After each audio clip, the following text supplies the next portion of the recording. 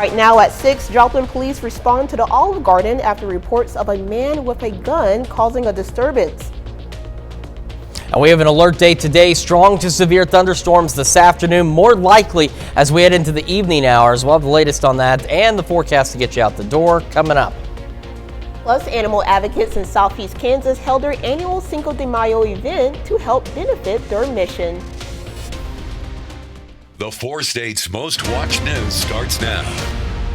Good morning, 4 states, and welcome to the KOAM Morning News at 6 a.m. I'm Amber Jenkins. And I'm Chris Warner. So we've got an alert day today because we've got the possibility of severe weather this afternoon and looking more likely as we head late into the evening and overnight hours across the area. And unfortunately, all hazards appear possible with this. On top of that, as you get your morning underway, we have dense fog across the area, dense fog advisories out there, and that's going to be what we contend with this morning. And then that severe threat as we head into the afternoon and evening. Let's start with a look outside.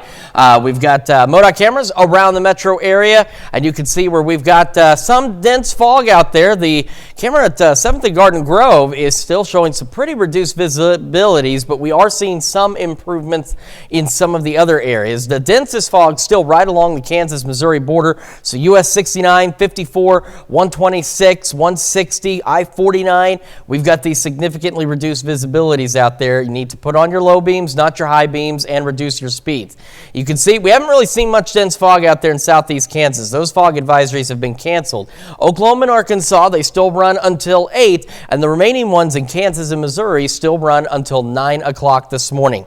Then this afternoon and especially into this evening, we have a moderate risk for tornadoes in this Hatch area, indicating especially across parts of southeastern Kansas and into northeastern Oklahoma, where we could see potentially significant tornadoes or strong tornadoes. And we're going to have to keep a very close eye on that. We do have a low to elevated hail risk across the area, some hatch marks out in our far western counties. And then the other big concern is the wind. We have an enhanced wind risk across the area. These hash marks indicating where we could see winds 70, 80 miles an hour, potentially greater out there. We're going to talk more about the severe threat today in depth with a full forecast that's coming up here in just a few more minutes. But to get you out the door for right now, we're at 59 in Joplin, 58 in Pittsburgh. Again, still foggy out there, but seeing some improvements. Our temperatures around the region still holding out into the upper 50s and low 60s out there, so a cool but otherwise not bad start to the day aside from the fog. Kids get on the bus, some fog, mostly cloudy, 61, calm winds out there. Then by this afternoon, those winds pick up. 77, south breeze gusting to 25, scattered showers and thunderstorms when the kids come home this afternoon. And that's going to be the case. Once we hit about 11 o'clock noon, we're going to have scattered showers and thunderstorms out there. They'll be isolated to widely scattered, but the ones we see could become strong, potentially severe, ahead of the big severe threat as we head late evening and overnight tonight. Our highs today, upper 70s. Again, we're going to break down that severe threat and what we're expecting as we head into the evening hours with that full forecast, and that's coming up a little later. Amber? Thanks, Chris. The Missouri State Highway Patrol and Asbury Fire Department responded to a car crashed in between 2 trains late Friday night. The Missouri State Highway Patrol says it looked almost as unbelievable as it sounds. A passenger car struck a slow-moving train and was disabled. The driver got out as another train on an adjacent track was coming the other way. The car was smashed in between 2 train cars. Amazingly, the driver had minor injuries. It took a period of hours to separate the wreckage and inspect the trains and track before it was cleared. Troopers on the scene told us they were investigating a DWI crash. The crossing in which the incident took place does not have arms or lights and was also the same place where a fatal crash took place in 2018. Just a few hours before the accident in Asbury, first responders in Neosho responded to a crash of a car travel at excessive speeds. The vehicle was traveling east on Irish Road and could not navigate the turn to NN.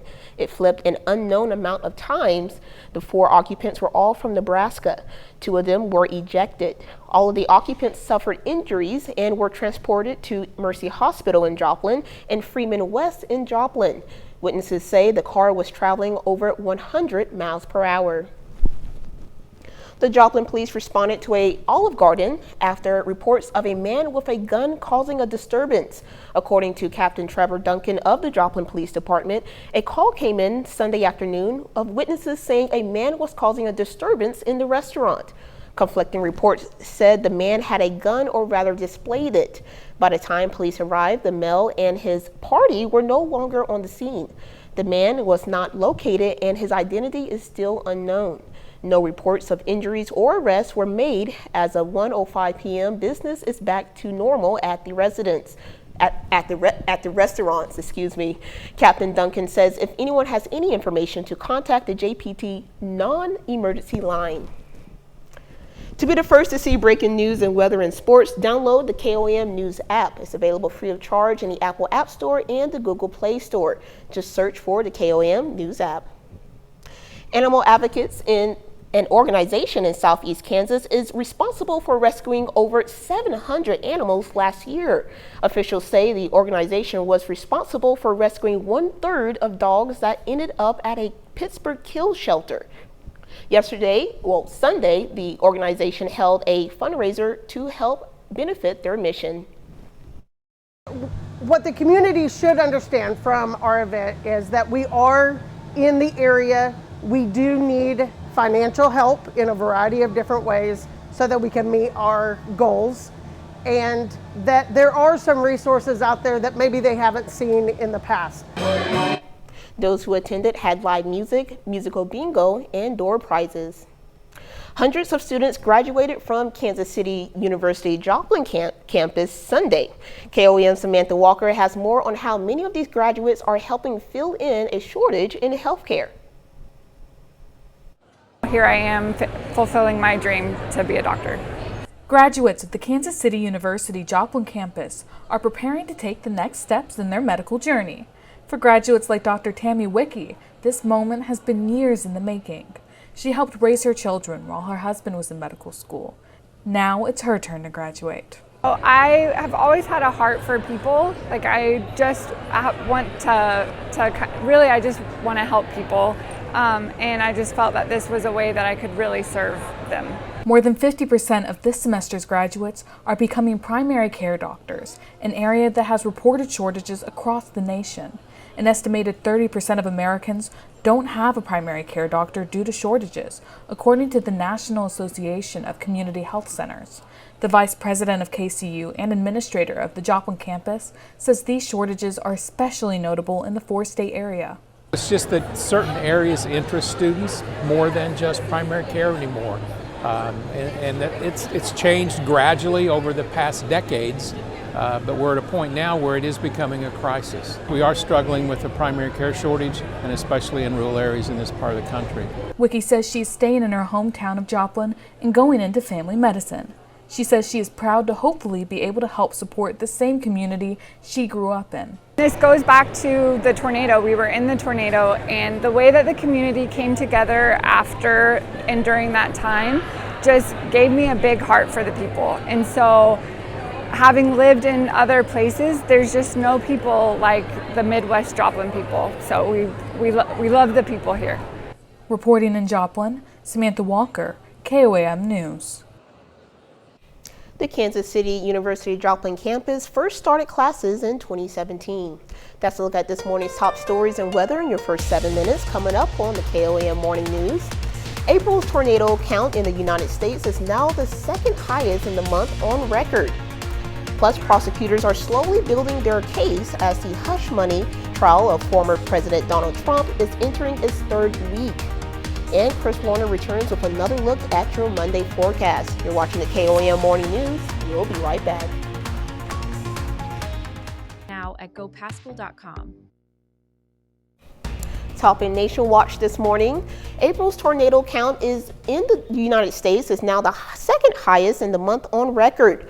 According to the National Weather Service, the U.S. had at least 300 tornadoes in April. On average, there are 182 tornadoes reported during the month. So far, 2024's first violent tornado was an EF4 that struck in Oklahoma on April 27th. Dozens of tornadoes also touched down in the Midwest, Ohio Valley, and into the Mid-Atlantic, more so than in the South. During the last week of April, more than 100 tornadoes were reported. The NWS says April is the third most active severe weather and tornado month of the year. This is expected to be a crucial week for the future of House Speaker Mike Johnson. Republican Congresswoman Marjorie Taylor Greene of Georgia says she plans to introduce a resolution calling for Johnson's ouster. She is unhappy Johnson pushed through a foreign aid package last month that helped Ukraine, Israel, and Taiwan, and says Johnson has compromised too much with Democrats. It is unclear how many Republican members will side with her. Many Republicans oppose the push to oust Johnson and do not want to see the conference devolve into bitter infighting like it did after former Speaker Kevin McCarthy was ousted in a historic and unprecedented vote last year. Meantime, House Democratic leaders say they will vote to kill Greene's plan and try to keep Johnson as Speaker. The hush money trial for former President Donald Trump is entering its third week today. Prosecutors are slowly building their case towards star witnesses Michael Cohen, Trump's former lawyer and fixer. CBS Ian Lee reports. Donald Trump received a warm welcome from fans at Sunday's Formula One race in Miami. The former president seemed in high spirits, walking along the track and waving to spectators. But it's his hush money trial most people are watching, now entering its third week. Last Friday, Hope Hicks, a former White House official and top aide, set the stage in Manhattan. She sat just feet away from Trump as she offered an insider's view of the chaotic moments in the campaign when a 2005 Access Hollywood recording emerged. When you're a star, they let you do it. The video showed the former president talking about grabbing women in their private areas without their permission. At one point, Hicks broke down in tears while testifying that the 2016 campaign strategy was deny, deny, deny. Another key witness on the docket is Trump's former attorney and personal fixer, Michael Cohen. He'll be questioned over payments made to adult film star Stormy Daniels. The former president says they were made to protect him from a false allegation, and that Cohen did so out of the kindness of his heart. Hicks told the court that was out of character for Cohen, but Cohen's credibility will likely be called into question by the defense. He previously pleaded guilty to lying to Congress in 2017. Ian Lee, CBS News. Donald Trump faces 34 felony counts of falsifying business records in connection with the payments. He has pleaded not guilty and denies any wrongdoings. That's a look at some of today's national stories. Here's Chris with a look at your forecast. Yeah, we do have an alert day today. We are watching the possibility for severe thunderstorms this evening across the area. All hazards expected to be possible. Additionally, we're starting to see some improvements, but we've been dealing with some patchy fog around the area. We got to contend with that with some dense fog advisories as well. We'll have another look at your forecast when the KOAM Morning News returns. Healthier lives.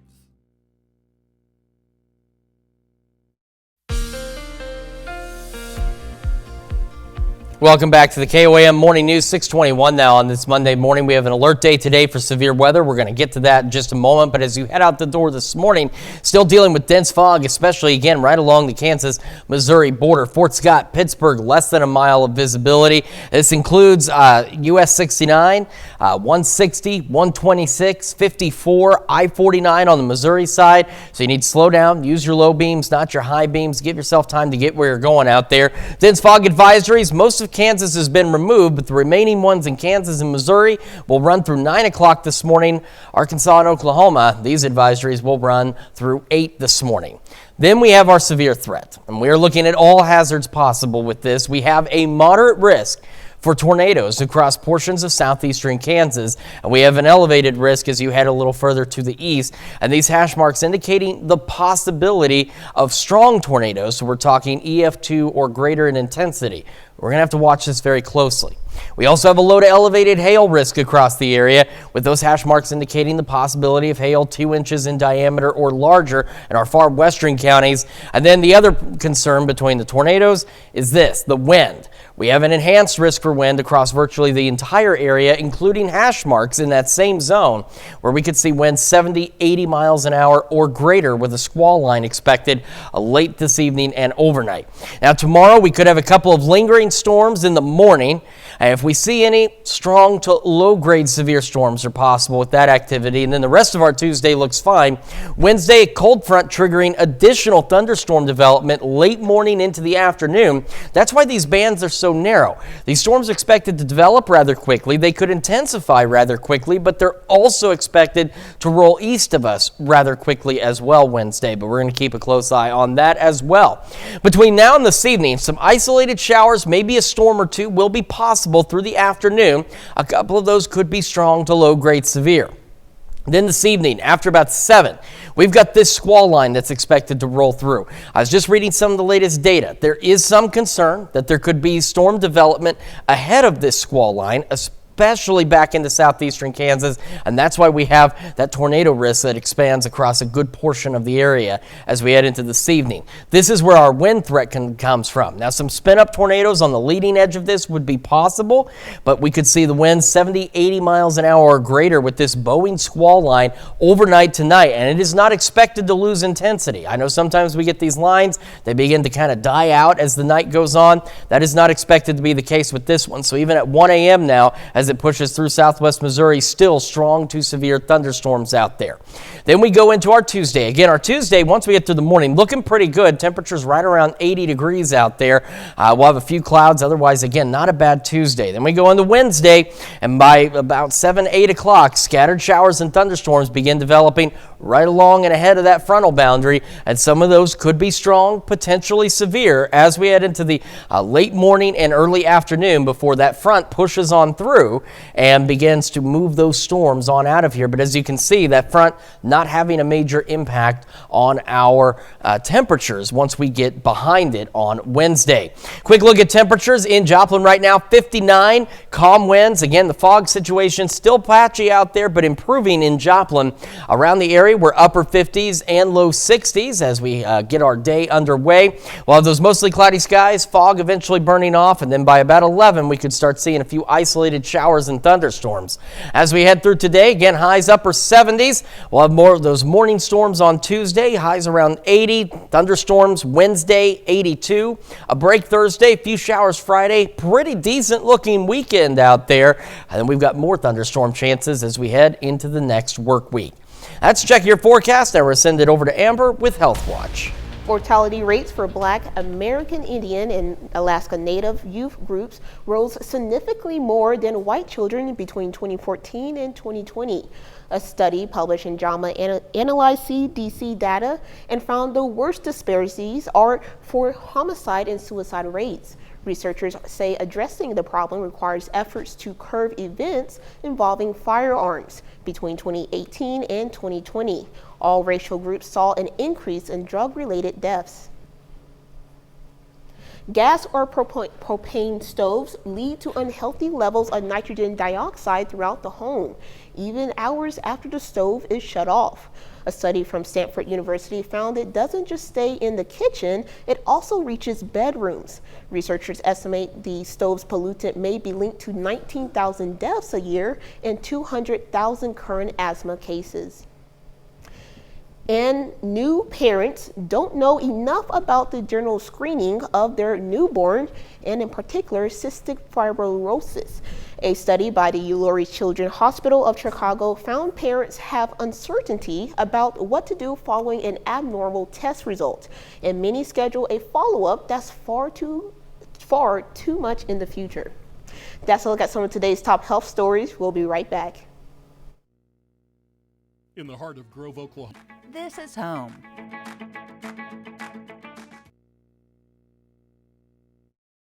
Now at 6:30, Lamar residents host the 65th annual Truman Day birthday celebration. And we have an alert day today. Strong to severe thunderstorms, all hazards possible as we head into the evening. We'll have a quick look at that thunderstorm forecast and the forecast to get you out the door coming up. Pet lovers and owners went for a little run Saturday morning in Joplin as the 4th annual Fast and Furious run kicks off. The 4 states' most watched news starts now. Good morning, 4 states, and welcome to the KOAM Morning News. It's 6:30 on the dot. I'm Amber Jenkins. And I'm Chris Warner. So we again have an alert day for us today. We are in our second week now of severe weather chances across the area. This began not last Friday, but the Friday before. We ended up with some tornadoes in southeastern Kansas. And today, another possible round of severe weather, some intense severe weather possible as well.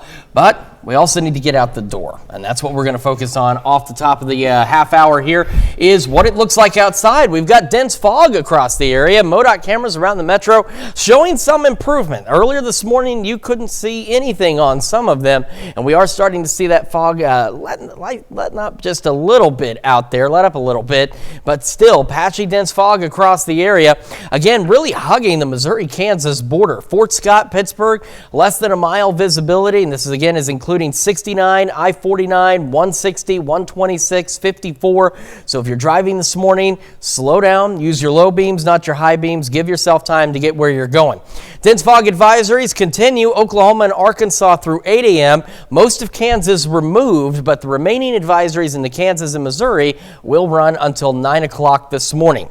Then this afternoon, specifically late this evening into the overnight, we have a moderate risk for tornadoes across the area. So you can see on the scale, we go moderate and then high is the next high, the last level here. We are at a moderate risk for tornadoes across parts of southeastern Kansas and elevated as you head further east. And these hash marks indicating the possibility of strong tornadoes. We also have a low to elevated hail risk out there, and we have an enhanced wind risk with these hash marks indicating the possibility of winds 70, 80 miles an hour or greater with our storms late this evening. We're going to go into detail about those thunderstorm chances in your full forecast here in just a few minutes. But to get you out the door, 59 Joplin, 58 in Pittsburgh. Again, still dealing with that patchy fog out there. Temperatures this morning still kind of hovering into the upper 50s and low 60s out there. So a cool start, but not that bad of a start for the day. Kids getting on the bus, we are looking at about 61, mostly cloudy, fog, and calm winds out there. By this afternoon, a few stray showers or thunderstorms possible, breezy. South winds gusting to 25, 77. Highs today, upper 70s, pushing close to 80. Scattered thunderstorms and showers as we head into the afternoon ahead of those greater severe chances later this evening. We're going to break that all down in the full forecast here in just a few more minutes. Amber? Thanks, Chris. The 65th annual Truman Day birthday celebration was held Saturday in Lamar, Missouri. The celebration honors former President Harry S. Truman, who was born in Lamar. His birthplace is now a historic site. Those who attended were able to visit a multitude of vendors as well as tour the house that President Truman was born in. Saturday's celebration also had live music and a reenactment put on by the Lamar High School theater program. We're always every year trying to do something new to keep everybody coming back to the birthplace. Several times people will come just to see the house. They may have been here several times, but they just really like to step back in history in the 1880s and see what it was like to live during that time when the Trumans were here in Lamar. The celebration was held from 9 a.m. to 3 p.m. on Saturday and was free of charge to all those who attended. The Kentucky Derby found its way to Missouri Saturday. The Alliance of Southwest Missouri held its annual Kentucky Derby-style fundraiser. Attendees chose to pony up for a good cause at the event, which features simulated races and betting, as well as a live stream of the actual Derby. Guests were encouraged to dress to the nines, but they could also build their own fancy accessories at the Churchill Crowns Hat Bar. Proceeds from the event support the Alliance of Southwest Missouri, who is celebrating years of supporting area children and families this year. Pet lovers and owners went for a little run Saturday morning in Joplin as the 4th annual Fast and Furious run kicks off. The 5K run kicked off at 8 a.m. Saturday morning. The fastest male and female dogs were both given awards, as well as the top 3 finishers overall and the fastest male and female human in each age group. So this event is a great way to promote relationships with pets and their families. It also gives them an opportunity to get them out in the public so everybody can see what amazing pets that have not only come from the shelter but are in homes already. There was also a 1 mile fuzzy run walk that kicked off at 9 a.m. for those just looking to get out and get moving. Sunday's rain didn't stop the North Heights Porch Fest teaser concert from happening. Organizers moved the concert from Landreth Park to Ozark Christian College because, quote, the show must go on. The event features live music played by several local artists. Sunday event is called Swan Songs, a nod to the heading band called the Funkultui. The group is made of seniors at Ozark Christian College who are about to graduate, and the concert was one of the last times you were able to see them perform.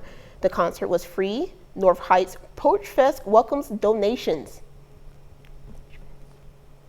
Pitt State held its own Cinco de Mayo celebration at McCray Hall. Attendees were able to enjoy El Grotto food truck as well as a cup of street corn provided by the students' organization Hispanics of Today.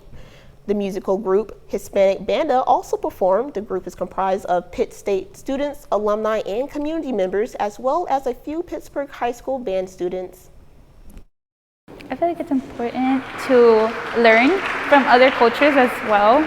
I feel like it's a big detail to the whole community because we are here, and I feel like it's great to celebrate even the smallest things in life, so that's what I believe.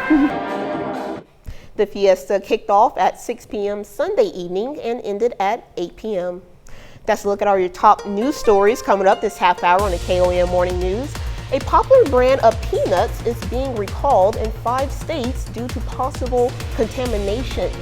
And we're tracking thunderstorms tonight. We'll have what to expect with Chris Warner in the Skywatch Weather Center. You're watching the KOAM Morning News. We'll be right back.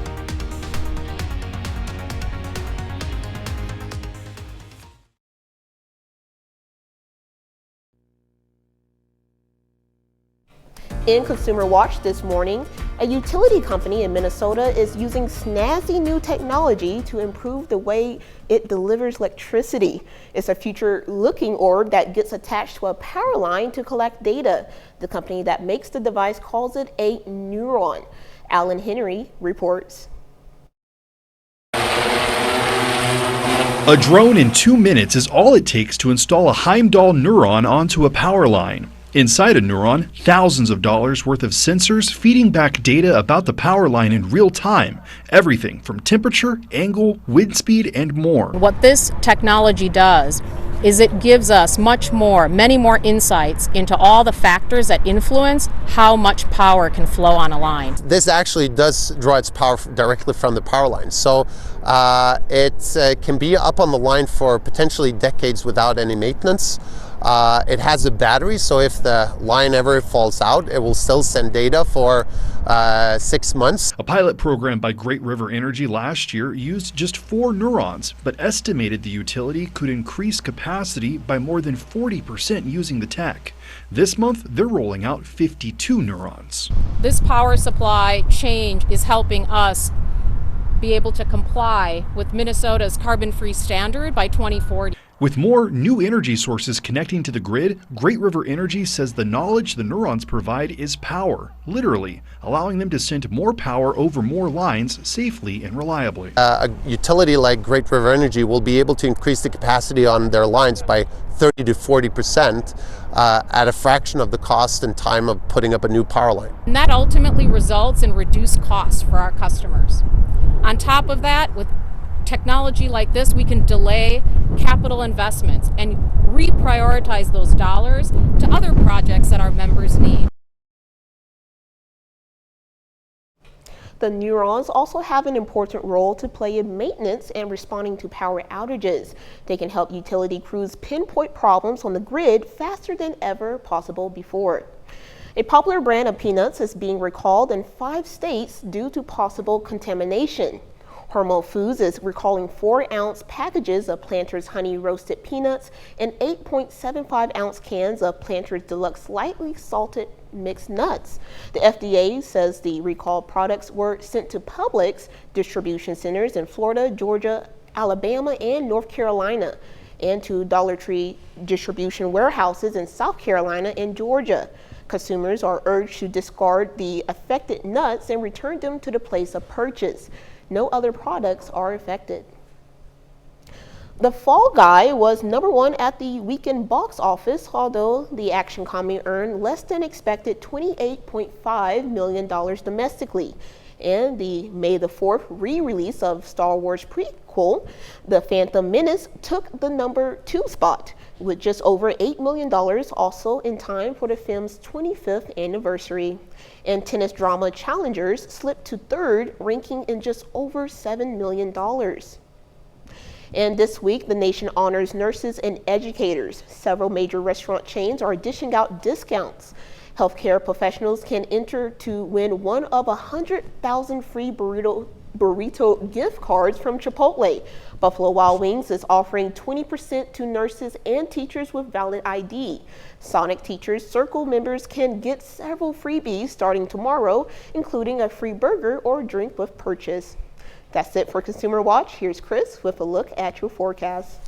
We've still got some patchy fog around the area. In fact, Fort Scott now reporting 0 visibility. So we've got some very dense fog on 54 between Fort Scott and Nevada. That, of course, includes parts of 69. The densest fog, again, still holding on right along the Kansas-Missouri border. So 69, 49, 160, 126, 54. You've got to slow down.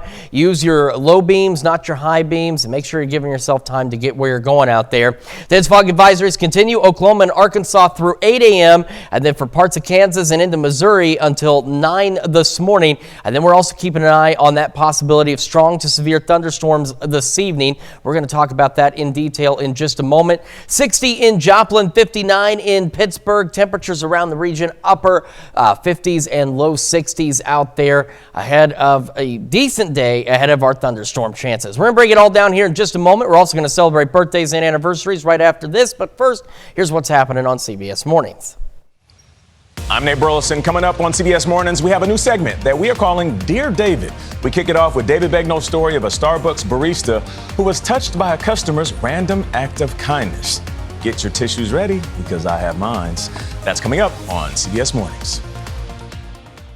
This spring, don't pay for your AC. All right, time for some Monday birthdays in the 4 states, starting in Frontenac with Ezra Stites celebrating birthday #5. Happy birthday, Ezra. And we got Geneva Grimmett celebrating birthday #7 in Pittsburgh, Kansas. Happy birthday, love Mom and Dad. Aww. And in Pittsburgh, Lainey Andrews celebrating birthday #10. Happy birthday, Lainey. Braylee Kennard is celebrating the Big 21 in Gennard, Kansas. And in Columbus, Linda Baker celebrating birthday #83. Happy birthday, Linda. And Julie Thomas is celebrating with her in Columbus, Kansas. And in Galena, Pansy Lunderman celebrating another year wiser, says wishing you a wonderful day and year ahead. We love you from Bud, Donna, Christy, Kelly, Jana, Marshall, and the family. Happy birthday. Brenda Gleason is celebrating in Uniontown, Kansas. Happy birthday from your husband, Kevin. Brandon and Donna Stout celebrating their 24th year of wedded bliss in Parsons. Happy anniversary to the Stouts. Andrea Hutto is also celebrating. As is Kelly Lawson celebrating a birthday. Happy birthday. And Taylor Barton is celebrating. All right, we got a pretty good list of birthdays and anniversaries there. Of course, we want to continue that. Amber, how can they help us celebrate with them? You can submit your birthdays and anniversaries to our email, birthdays@KOAMnewsnow.com, but make sure you do that before 3 p.m. Monday through Thursday or 1 p.m. on Friday. And also, send us a picture. We love to see your faces. We absolutely do love celebrating. We love to see those pictures. And as Amber mentioned, make sure you meet that deadline. That way we can celebrate on the right day. All right, let's talk about what's going on. We talked about the patchy fog that's out there this morning. You've got to really watch out for that. Then as we head into this evening, we've got this severe threat. We do have a moderate risk for tornadoes across portions of southeastern Kansas. Now on this map, I want to show you that moderate, high is where it stops. So we are talking a pretty significant severe potential this evening across the area. We also have those hash marks almost in that same area, and that is indicative that there could be significant tornadoes of EF2 strength or greater. So we're going to have to watch this very closely. We also have that elevated risk that continues across Missouri and into Arkansas. Then we have a low to elevated hail risk. As you can see, the hail risk is much lower out there at this point, but we do have the hash marks in our far western counties where we could see very large hail, 2 inches in diameter or greater. The other primary concern we have is for wind. We have an enhanced risk across most of the area. We have those hash marks in that same zone. And that's where we could see winds 70, 80 miles an hour or greater with thunderstorms as we head into the evening hours. So what are we looking at for today? We have a very complex severe weather setup, and this is what it looks like just on the general map. We have the elevated, the enhanced, and the moderate risks across the area. Tomorrow we have a low end risk for some strong, potentially severe storms, mainly in the morning with any possible redevelopment or lingering showers after tonight's activity. Most of our Tuesday looks good. Then we have that low to enhanced risk on Wednesday. This is for late Wednesday morning into the afternoon. A cold front setting off showers and thunderstorms. They're expected to develop pretty quickly. They could mature and turn severe very quickly, but they also may exit our area very quickly, which is why these bands are considerably narrower out there, but it's still something we've got to watch closely. Let's talk about the rest of today.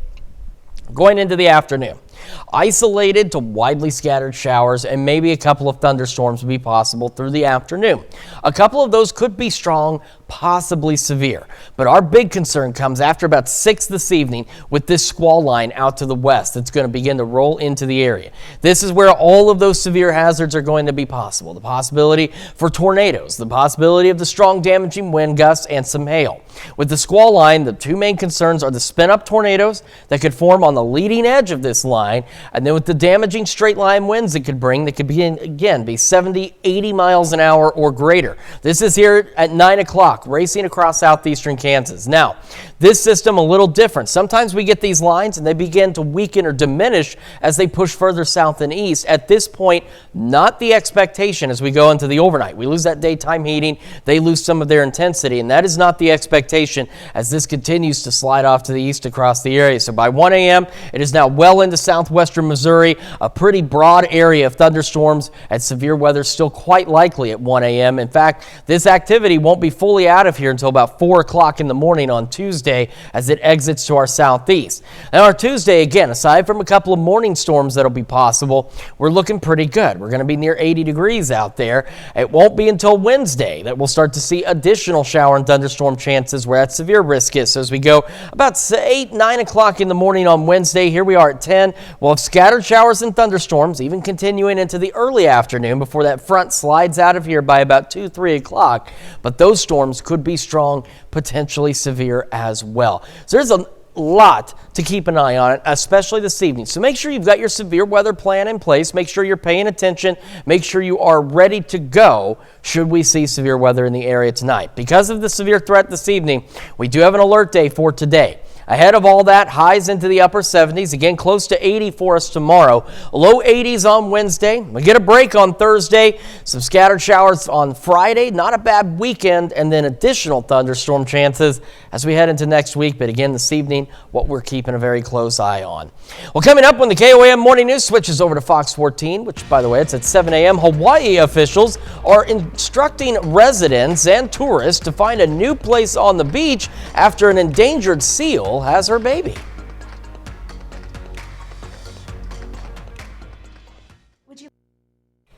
Here's a check of today's top headlines, the news you need to know before you head out the door. Joplin police respond to the Olive Garden after reports of a man causing a disturbance. Conflicting reports said the man had a gun, or rather displayed it. By the time police arrived, the male and his party were no longer on the scene. The man was not located and his identity is still unknown. No reports of injuries or arrests were made. If anyone has any information, contact JPD non-emergency line. The Missouri State Highway Patrol and Asbury Fire Department responded to a car crashed in between 2 trains late Friday night.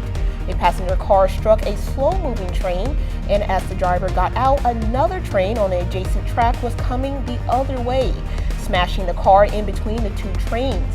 The driver had minor injuries. Troopers on the scene told us that they were investigating a DWI crash. First responders in Neosho responded to a crash of a car traveling at excessive speed.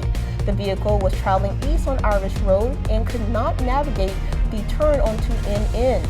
It flipped unknown amount of times. All 4 occupants suffered injuries and were transported to the area hospitals. Witnesses say the car was traveling over 100 miles per hour. That's a check of today's top headlines and news you need to know before you head out that door.